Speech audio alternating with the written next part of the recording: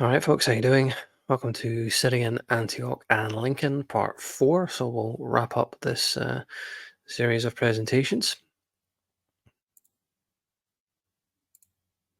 So as always, disclaimer, under Section 107 of the Copyright Act, 1976, allowance is made for fair use for purposes such as criticism, comment, news reporting, teaching, scholarship, and research.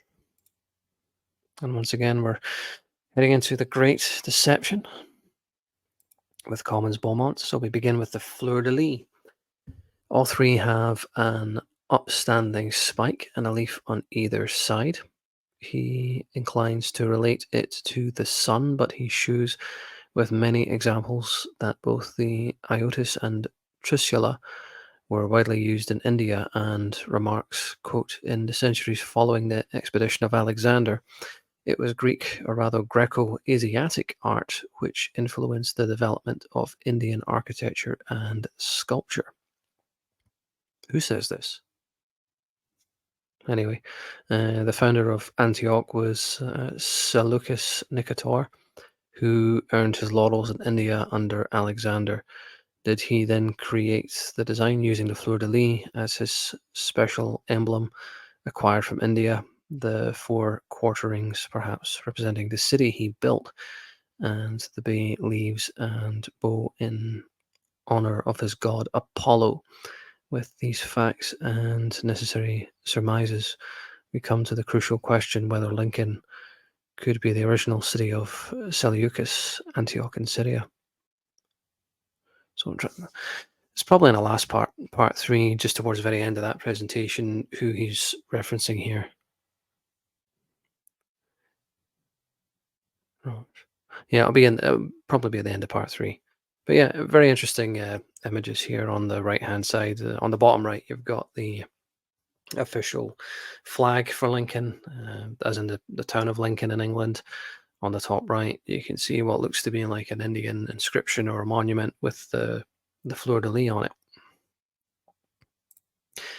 The Library of the Ptolemies. So, as classic and Bible history are normally interpreted, it is impossible, indeed fantastic. But as we are in search of the truth, we must reject orthodox dogma when it proves faulty and misleading. The orthodox mind refuses, for instance, to regard Atlantis as more than a mere fable, for otherwise all its dogmatic tenets would be upset and they must remain sacrosanct. By the way, he's not wrong. I've been on both sides of academia. It really is just a big echo chamber. The orthodox is too frequently a case of the blind leading the blind. Yeah, I could not have said it any better. Oh, Governor! Magnificent speech! Bravo! I applaud you. Woo! Woo! Why beat around the bush, Mauser? Just get down on your knees and kiss his ass. Orthodoxy is at the mercy of a period when geography was not a science, with reference works scarce, unknown, or misinterpreted, while behind all lay concealed a deliberate intention to mislead the world for specific reasons. In the early days of Christianity, many priceless works were committed to the flames, with the Library of the Ptolemies deliberately burnt by fanatical monks. It tells me that goose-stepping morons like yourself should try reading books instead of burning. The Renaissance and Reformation gave little or no help in these matters. The Antiquities of the Jews. So Josephus is almost the only exception. He is an invaluable authority on the history of the Jews, of which he was one, or of whom he was one. His work was allowed to survive the Holocaust because he did not spare the Jews in describing their wars with the Romans. He also paid lavish homage to Rome, as we know, and after the fall of Jerusalem, he accompanied Titus to Rome, where he lived and died. Nevertheless, there is strong evidence of tampering and of interpolation in his works in many places. His references to Christ in the Antiquities of the Jews is generally regarded as an interpolation. I wouldn't be surprised. That's why the work of Elie Waddell even is so important, because he went to the original Sanskrit sources all the way out there in Tibet and India and was able to translate them with no interference from Rome. You know, that's why Elie Waddell is so vital, so crucial, so important. We'll get to him in the future. No interpolations like this, what Beaumont's referring to here. His references to Christ interpolation, there are many such. In one instance, we find Titus accredited as saying to the rebellious Jews, quote, "Have you stronger walls than we have? Pray, what greater obstacle is there than the wall of the ocean with which the Britons are encompassed and yet do adorn the arms of the Romans?" Divided into 4 quarters. So Agrippa is supposed to have said 30 years earlier of the rebellious Jews, quotes, "They were encompassed by the ocean and inhabited an island not less than the continent of this habitable earth." Did both think alike about this gem of hyperbole? There were no Roman walls in Britain until after both had been long dead. Agrippa's speech reeks of interpolation. Interpolation just means when you stick something in later on. It's a bad editing job, essentially. These are but 2 of many such examples. But now to return to Lincoln, we have seen that it corresponds to Antioch in all essential particulars, which could scarcely have been duplicated. Situated on a high hill like Antioch, with the river Trent flowing at its foot like the Orontes, with waterways pointing to its importance as a commercial port. The city divided into 4 quarters, exactly as is the case of Antioch, in a situation to be able to service the Roman armies in their wars with the Judeans until Caesarea superseded it, placed in an ideal position for keeping watch and ward over the south and the Midlands, and situated, as will be seen in the original Syria, its site fits into its proper place. Trajan's inscription at York, the 9th Legion. So its prestige as a colonia, as one of the earliest seats of Christianity, its wealth and importance, both from a political and commercial aspect, cannot be doubted. Its castle, its early church, signs of ornate villas and wealth, a series of great camps at Kyne, Conington, Hoo Hill, etc., and other Roman stations at Horncastle, Ancaster, and Caistor, all speak of the former importance of this ancient city. In AD 115, Antioch was almost destroyed by an earthquake, said to have been one of the most appalling in history. The Emperor Trajan, who was staying at Antioch, escaped only with difficulty from the room in which he sought safety. Records of the period are so poor that we possess no actual record of whether Trajan visited Britain, though his name is represented at York by an inscription relating to the 9th Legion in AD 109 and 110. So Seleucus Nicator, there is reason to believe that the Roman emperors visited Britain much more frequently than such few stories told by, for instance, Augustus, of whose presence there was no record, only certain allusions by Roman writers. If the earthquake in question related to Antioch were that which devastated Lincoln and the Fenlands, it agrees with a more suitable period than that reported comparatively late in 1185. The question of the site of Antioch is closely wrapped up with the position of Babylon. Both came under the jurisdiction of Seleucus Nicator, and Babylon lay properly in Syria, certainly not in Assyria, in the normal way Babylon would have been his capital had he not preferred to build his city of Antioch, which certainly implies that geographically the 2 places could not have been very far distant from one another.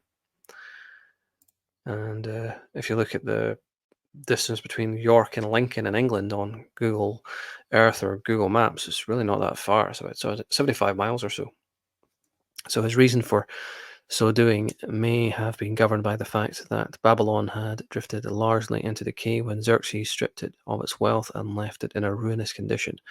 Alexander himself, it is true, had stayed for some months in the castle or palace and intended to restore it in a grandiose style, and to make it the new capital of the Macedonian Empire, had not death claimed him so early. It is equally true that Alexander may have been influenced by motives which did not affect Seleucus. but the facts demonstrate that the two cities could not have been far apart from one another. Yet, what could be more divorced than Babylon from Antioch in Syria, as defined in the Near East? Any atlas will show us. I keep saying show us. I don't know. This was written in like the 1950s. Anyway, any atlas will show us that Babylon lies, or its supposed ruins lie, over 750 miles east of the dubious Antioch, the two separated by a waterless, uninhabitable desert, even less inviting than the Sahara, which possesses at least a few oases. Well, if we have a look at the map here on Google Maps, it's slightly off. It's not quite 750 miles, but it's close enough. And as I say, it's worth remembering this was written in the 1950s, possibly started in the late 1940s, so there was no internet back then. There's no Google Maps back then, Google Earth or anything like that. So it's a pretty close guess, well, guesstimate really, that's over 750 miles, but in reality, it's just under 750 miles. It's about 731 miles, unless you go the long way around. But still, he's fairly close there. You do have to remember that Beaumont was writing this in the 1940s, 1950s. He didn't have the resources that we do have. So, Roman York, how could a site so alien and separate have been the capital of Syria when so utterly divorced from it, to say nothing of Babylon's wealth and power in the time of Nebuchadnezzar?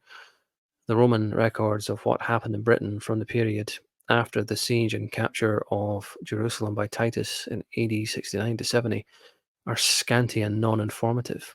Only one side item is worth note. Petilius Cyrilius, a high Roman officer, a relative of Vespasian, who had been prominent in Britain from AD 61 onwards, once incurring severe defeat at the hands of the Silures, was under Titus, the most prominent Roman general at the siege of Jerusalem in 70. In 71, he was appointed propraetor in York. Are we to suppose that he was skipping from one end of the ancient world and back again in the days when travel outside the Roman Empire was perilous and undertaking what was in any case a considerable journey? Similarly, Julius Severus in 134 was in command of the Roman legions in Britain, his headquarters at York, then famed as Caesarea. Emperor Hadrian. So he was dispatched by Hadrian to put down an insurrection of the Jews. We are supposed to believe that the emperor removed his general from Britain to the other end of the empire to fight the Jews. Hadrian himself, who visited York probably more than once, appears to have directly inspected the arrangements he had instituted to keep the Jews behind their own wall until they were at length utterly defeated and expelled from their country. We'll talk more about that in the presentation that began today, the Silurian Wars, but the Rome goes into all this. So where was I? All this happened in Britain. It is a curious fact, but there exists scarcely a recorded trace of hostilities between the Britons and the Romans during the years AD 68 to 134 in the south, at least. But in the north, totally different story. Across the border, there was never quietude. The Northerners fought with indomitable courage against great odds, inspired by hatred of the intruders who had struck at their freedom. Pompey. So the victories of Vespasian, Titus, Agricola, and Cyrillus, I think is how you say that, came and went, but made little difference to their unrelenting struggle until the time of Hadrian, who destroyed Jerusalem, which, again, according to Beaumont, was Edinburgh, and its temple, and expelled the Jews once and for all from their country, and caused them to be dispersed to other parts. This, however, is premature. It has this bearing on the situation in Antioch, inasmuch as if Lincoln were Antioch and York, originally Babylon, or Caesarea, both in Syria, or the south of England, if you're following Beaumont's geography, adjoining the country of the Judeans in Edinburgh, they all fit together into the history as they must do. If we go further back to the first Roman clash of arms with the Jews, it was actually in 63 BC when Pompey who had been fighting in the region of Pontus, the Baltic, not the Black Sea, went to Damascus, which is London, according to Beaumont, and compelled the rival kings of Judea, how do you say this? Hyrcanus and Aristobulus, to enter into an armistice. Agricola's invasion of Scotland. So later, I think, at this part of the slide, he's talking about Pompey, I think. So later, he marched towards Jerusalem by way of Coria on the southernmost boundary of Judea, or really Syria, and pitched his camp at Jericho, or Erech, or York, and finally proceeded to Jerusalem, which he besieged and duly captured. Thus, the Jews lost their independence and became, for the first time, tributaries to the Romans. The reader here will naturally ask how this can be explained away, since we have always been taught that Julius Caesar was the first Roman ever to set foot in Britain. Well, that depends on what the Romans themselves intended by the name Britain or Britannia, and also what the natives in those times generally intended by it. Tacitus, for example, says that Caesar was the first Roman to lead an army into Britain, but his own works relate solely to the wars of Agricola against the Scots beyond the Bodortra, or the Forth. So you can see there on the right-hand side the campaigns of Agricola from 80 to 84. And there's a misconception about the Romans that they never invaded Scotland or anything like that. They never conquered Scotland. It's not true. They conquered the lowlands of Scotland between Hadrian's Wall and the Antonine Wall. That was part of the Roman Empire. They just never really got beyond that. When they went further north, it became more troublesome because of the topography and the terrain and all that. But they got almost as far as Inverness. In fact, there's even the theory that they got to the Orkneys. And also, according to Beaumont, they invaded Carthage, which, according to Beaumont, was actually Ireland, or the south of Ireland at least. So, there is that alternative take on history. But you can see there on the map that this was a real slug fest. Agricola's campaign dragged out over 4 years and didn't really achieve very much at all.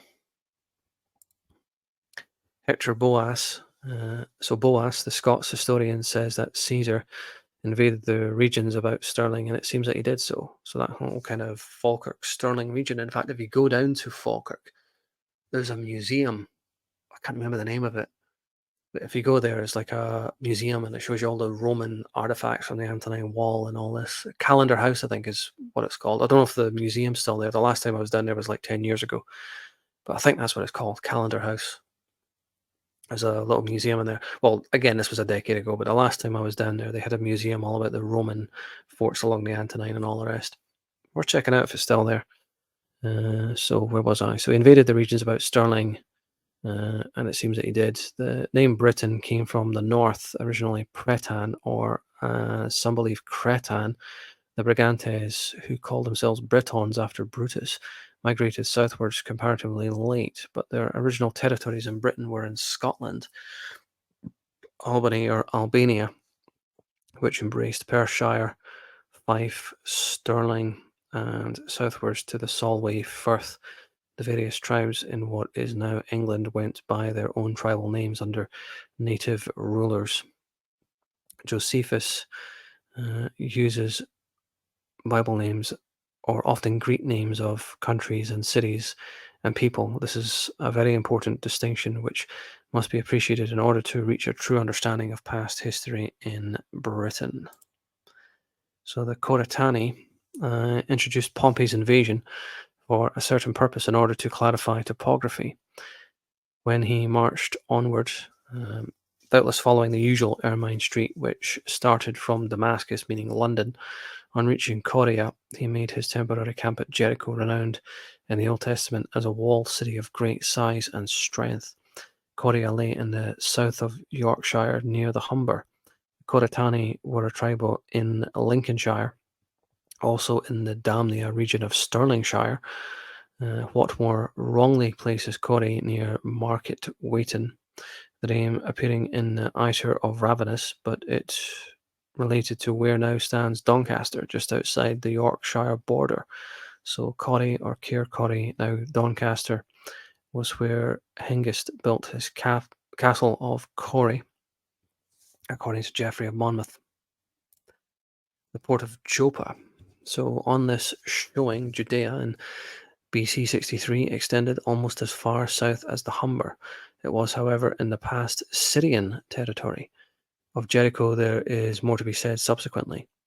When he was in this region, Pompey decided to cause certain maritime cities or ports to be repaired, including Jerusalem's port of Joppa, still a port of Edinburgh, and Dora, or Aldor, Flamborough Head, once a port, and Stratos Tower, all properly placed between York and Edinburgh.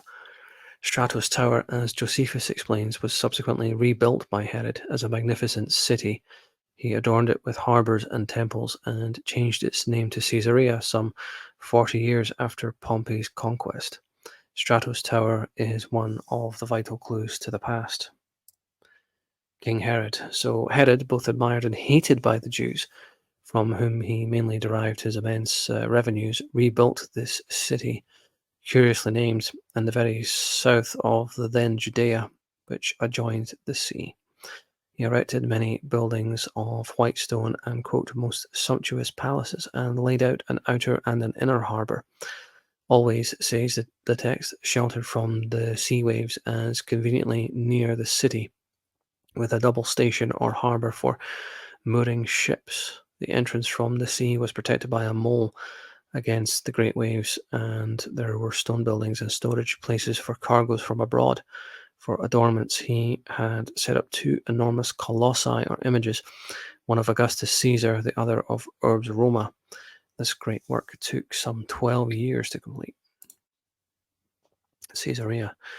It was a curious operation, even more curious when fully realized. To begin with, Stratos Tower did not properly belong to the Judeans at all. It lay in Syria, but with the decline of that state and the increasing power of the Jews, it had been occupied by the latter, although there was constant friction between the two. Secondly, the great expenditure on Stratos Tower by Herod did not benefit Jerusalem. Nay, it was a competitor of Joppa. Thirdly, the erection of the Colossi of Augustus and of Urbs Roma was not only a clear indication of homage to the imperial Caesar, but it offended the Jews themselves, for they regarded such imageries as forbidden by their faith. Yeah, I can imagine that would really piss them off. The sequel to this event was that when the task was nearing completion and the city was named Caesarea in honor of Augustus, as though signifying that it was his city and port, quote, an edict issued by Augustus Caesar in BC 14 released all Jews in Britain from slavery or taxation. It was not a coincidence. Caesarea before long became the seat of the proconsul, the acme of Roman power on those parts. We have no direct knowledge whether Augustus visited Britain at this time, but Horace throws out hints. For example, of Augustus he says, whatever that is in Latin, keep safe Caesar, about to go amongst the farthest Britons in the world. And these significant words, Augustus will be hailed as a god, having thrown the Britons into his empire. Having thrown the Britons into his empire. Significant words. May Horace have insinuated that Augustus came to an arrangement with Herod whereby the latter built the city and port to which he gave the name of Caesarea and held it in fief for the Romans. Caesar Augustus. And that Augustus met the expense by relieving the Jews of the payment of tribute, which they so bitterly resented. Herod had to exercise great diplomacy to keep in with Roman imperialism on the one hand and his turbulent subjects on the other. Certainly isn't a job I would want. Caesarea became the military center of Roman power from which eventually Jerusalem was destroyed. When Titus marched with armies to the siege of Jerusalem, he concentrated his forces at Caesarea. It became the civil and military metropolis of so-called Palestine. The Jews again and again claimed that their religion of the Mosaic law forbade them to pay tribute to any Gentile ruler. It lay at the back of the trouble in Hadrian's reign. a splendid city and port. So this political arrangement between Augustus and Herod was probably a clever compromise, whereby Herod satisfied his subjects that his expenditure gave them a splendid city and port on their southern border, and that they were relieved of taxation and slavery, whilst in the meantime Augustus obtained the strategic port that he needed. Hear what Josephus says of this strangely named Strato's Tower. The city itself was called Caesarea, which was also built of fine materials and was of fine structure. The very subterranean vaults and cellars had no less of architecture bestowed on them than had the buildings above ground. Some of these vaults carried things at even distances to the haven and to the sea. Both the rain and the filth of the citizens were together carried off with ease, and the sea itself, upon the flux of the tide from without, came into the city and washed it all clean. Strato's Tower, a fine, almost modern city with an up-to-date drainage and sanitary system. But please note that Josephus is telling us, or what Josephus is telling us, Caesarea lay on a tidal river. When the tide went out, it carried to the sea the drainage of the city, and when the tide came in, it washed out the city drains. But there are no tides in the eastern Mediterranean. Again, Beaumont loves his sweeping statements, doesn't he? And I wouldn't really exactly say that, but anyway. Except near its entrance into the Atlantic, the tides are scarcely visible halfway to Israel. Thus, the conclusion must be that Strato's Tower or Caesarea was not in the Mediterranean. We may now surely raise the question of the earlier origin of Strato's Tower in the south of Judea, but properly it was actually in Syria. What was this city originally, which had been allowed to fall into such neglect, quote, much decayed, until Herod restored and aggrandized it? We are told it lay near the mouth of the river which flowed through the city. Who then was this elusive Strato who owned or built a tower? All we can gather is that he was an ancient king of Phoenicia, which may be interpreted as Chaldea. In other words, was it the ancient Babylon, which some 300 years earlier had fallen into neglect and ruin? Was Strato's Tower a latent memory of Babylon, after it had become deserted and the Seleucid hierarchy extinct? Yet, which became again prominent in the period of Roman domination for certain geographical, military, and political reasons, its former grandeur having faded into obscurity and the city itself only vaguely recalled by its tower. The case of sic transit gloria mundi. Such indeed appears to have been the case. It was situated in Shinar, the original land of Nimrod in the plain, with its river referred to in the scriptures as Gozan or the Aus, in a fertile country where arose Erech and Babel, the latter name relating to the famous tower of such majestic proportions and wealth in its heyday, when it captivated the imagination of the world. So Bel or Belen. Its name Babylon meant city of the gate or entrance of Bel, used evidently as a descriptive term, like our modern reference to Rome as the papal city. Who was Bel? Well, he was none other than Apollo, the Hyperborean or Greek or Chaldean deity, who was known to the ancient Britons as Bel or Belen, signifying Lord.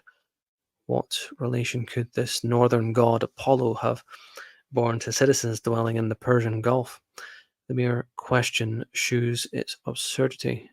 Babylon's true name was Erech, hence the later variation of York, which, as the city of Bel or Belen, demonstrates its northern origin and its astronomical significance.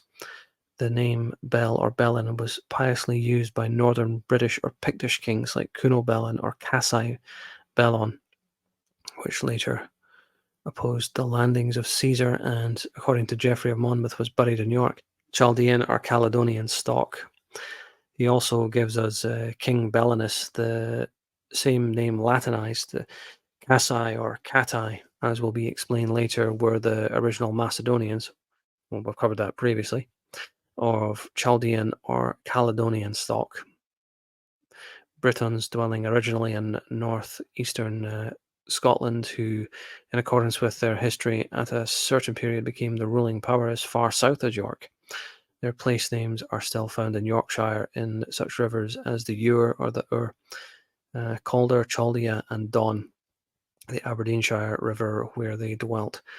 This ancient relationship helps to explain why, when Alexander the Great marched south to Babylon, the people received him with loud acclamations and delight, and was probably one of the main reasons why he attempted to transfer his capital to Babylon, which action was only prevented by his untimely death. So check out the previous videos I did about Alexander the Great with Jed and that whole series. So thank you for joining me. That wraps up sitting in Antioch and Lincoln. Neck's hurting a bit now. Done quite a lot of recording today, so I'm getting a bit knackered.